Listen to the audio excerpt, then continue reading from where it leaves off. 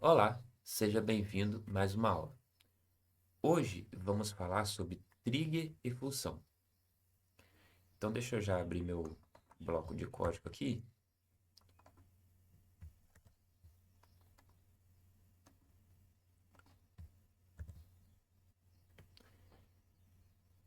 Beleza. Então, trigger. Mas o que é trigger? A trigger, ela é um gatilho, propriamente dito. Ou seja, quando uma determinada ação for feita, executada, vai existir um gatilho para que outra ação seja também executada. Então, na prática, imagina que a gente vai criar aqui agora um histórico de preço dos livros. Ou seja, para eu criar um histórico de preço de livros, o meu preço do livro tem que ser alterado, ok? Certo? Então vamos iniciar primeiro aqui, mostrar a tabela de livro como é que tá. Então eu tenho esses livros, né, com esse preço.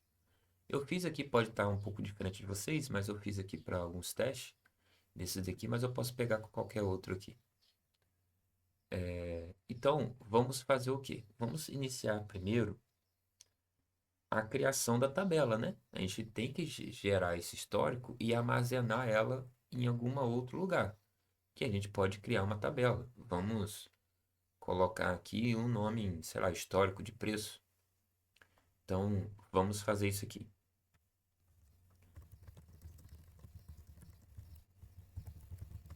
Criar a tabela de histórico. Então, relembrando o que a gente já aprendeu, a gente vai fazer aqui. Quanto mais a gente faz, mais a gente aprende, né? Então, vamos criar aqui uma tabela. Vou criar com vocês do zero aqui mesmo, só para a gente, né, começar a botar a mão no código, fazer mais coisas que eu poderia muito bem copiar e colar aqui e vocês fazerem a mesma coisa. Mas vamos fazer. Vamos estimular isso a gente. Então, vamos criar a tabela. Eu vou colocar aqui dessa forma, com as primeiras letras da palavra maiúscula, mas fica a critério de vocês aí, tá? Vou colocar aqui só para diferenciar um pouco das outras, mas não tem problema nenhum, tá? Então, a gente vai criar a tabela, passando o que para essa tabela? Lembrando, os campos. Então, vou já criar o campo aqui, depois a gente passa os outros, formatação dos campos.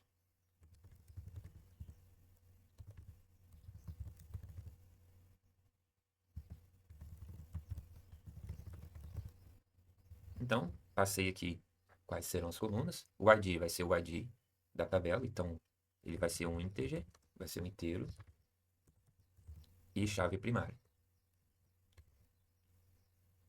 que vai ser autoincremente, né? Vai ser automático o ID. Finalizamos com a vírgula. Então vamos para o próximo. Esse ID do livro vai ser um inteiro e não pode ser nulo, tá? Obviamente não vai ter, mas só para precaução. Então, esse preço anterior vai gravar quando era antes, né? Que ele vai ser um real, que a gente está falando sobre dinheiro, né? Decimal, casa decimal. O novo preço também. E a data tem uma particularidade. A gente vai colocar aqui como texto a princípio, mas poderia por ser data time. Mas vamos colocar o texto.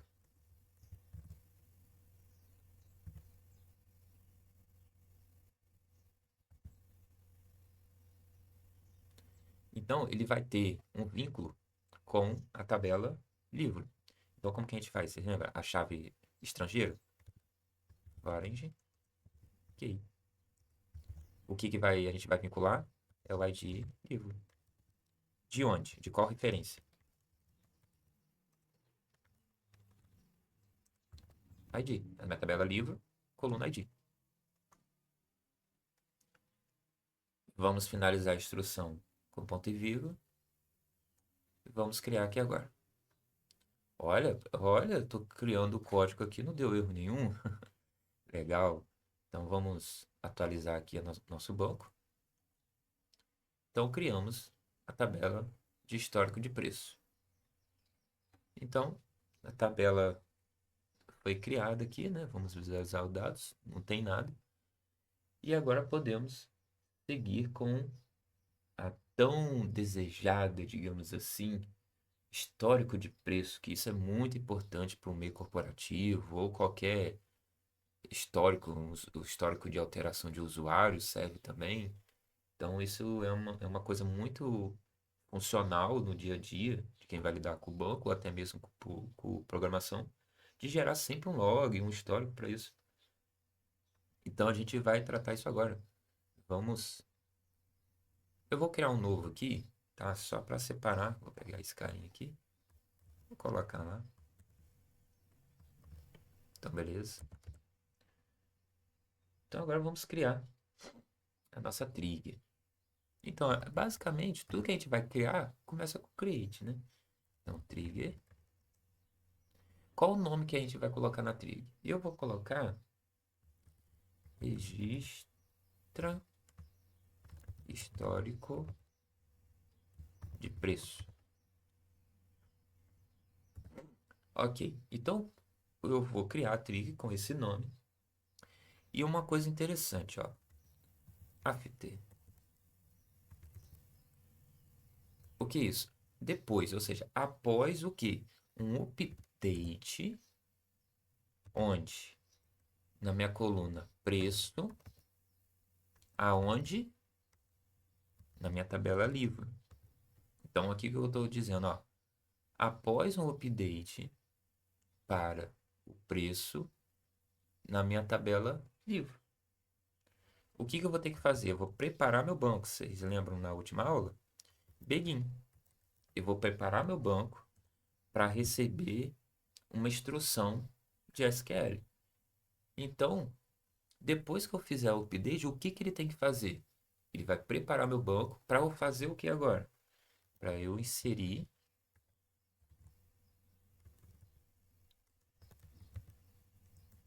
naquela tabela histórico de preço. Não vou botar o alias aqui, não, vou deixar assim mesmo, tá? O que que vai inserir lá? Vai de livro, preço anterior. Eu vou quebrar uma linha aqui para gente ficar mais fácil de ver, senão vai lá para o final da tela. Deixa eu botar aqui isso.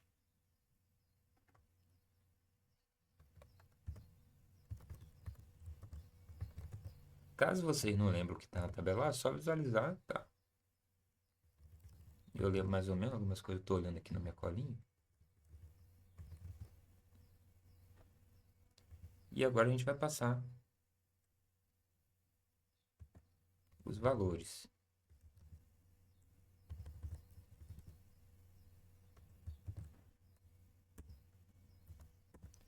Aqui nos valores, a gente vai usar uma coisa muito interessante.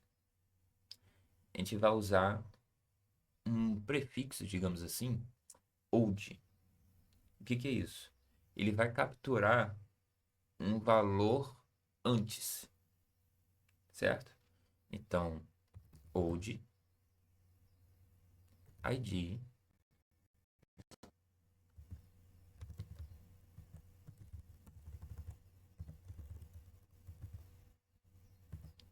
E agora a gente vai usar outro chamado new, ou seja, um novo. O que que vai ser o novo? Vai ser no meu preço.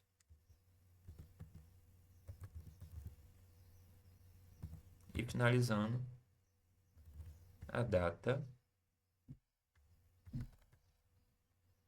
que aqui é só o formato, tá? Que vai inserir lá no na minha coluna.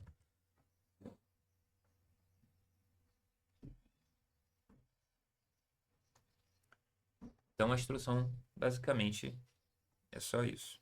Finalizar com ponto e vírgula aqui e aqui também no end. Então, resumindo, ó, ele vai inserir na minha tabela histórico preço que a gente criou, passando esses campos com esses valores. Ó. Vamos criar aqui. Ó, criamos. Como que a gente visualiza essa nossa trig, se funcionou? A gente vai aqui no nosso banco, atualiza a informação, ele sempre vai aparecer aqui, ó, gatilhos da tabela. Dependendo do banco ou o SGPD que você está usando, vai ficar em inglês como trig mesmo, aí depende muito da linguagem ali. Mas, então temos aqui a nosso gatilho, nossa trig, né? Então já começamos. Tem outra forma também de a gente ver, mas aí, dependendo da estrutura do banco, só é possível com o usuário master do banco. Como nós mesmos que criamos o banco, não vai ter problema nenhum.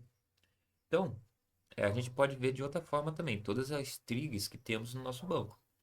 Então, vou botar aqui um trig from SQLite esquema.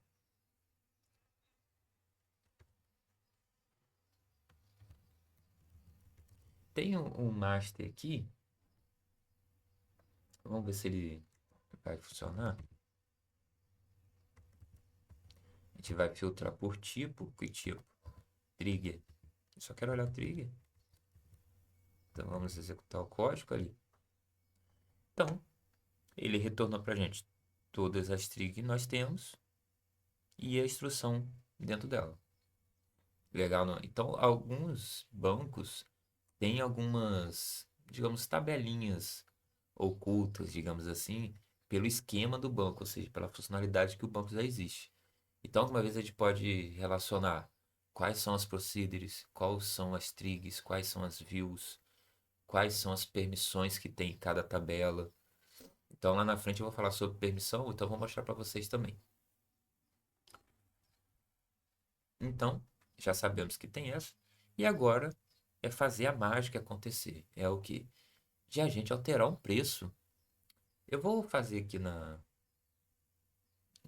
visual aqui, digamos assim, para ver o comportamento. Fiz aqui, ou seja, pro meu livro de código 1, eu alterei para 2,90.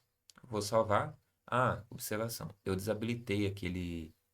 Eu voltei, na verdade, a habilitar o auto-commit, tá? Então, caso de vocês aí, ou vocês vão apertar o botão commit. Então, eu salvei. Será que foi lá para nossa tabela histórica de preço? Vamos atualizar. Olha, esse ID aqui é da nossa tabela. O ID de livro que foi alterado, o preço anterior que era 1,90 e o novo preço 2,90. E aqui temos, ó, a data que foi alterada. Aqui no meu, como eu tô em horário diferente aqui, ele tá dando em horário de outro lugar que eu não sei qual é. Mas a gente consegue configurar isso também aqui no SGBD. Mas basicamente, isso é até importante ter acontecido, porque todas essa data e hora tem que estar bem sincronizada com o servidor ou o computador que está o banco, tá? Para gerar a informação correta. Então não vamos nos preocupar isso agora e vamos fazer mais uma alteração aqui. Vamos fazer mais uma.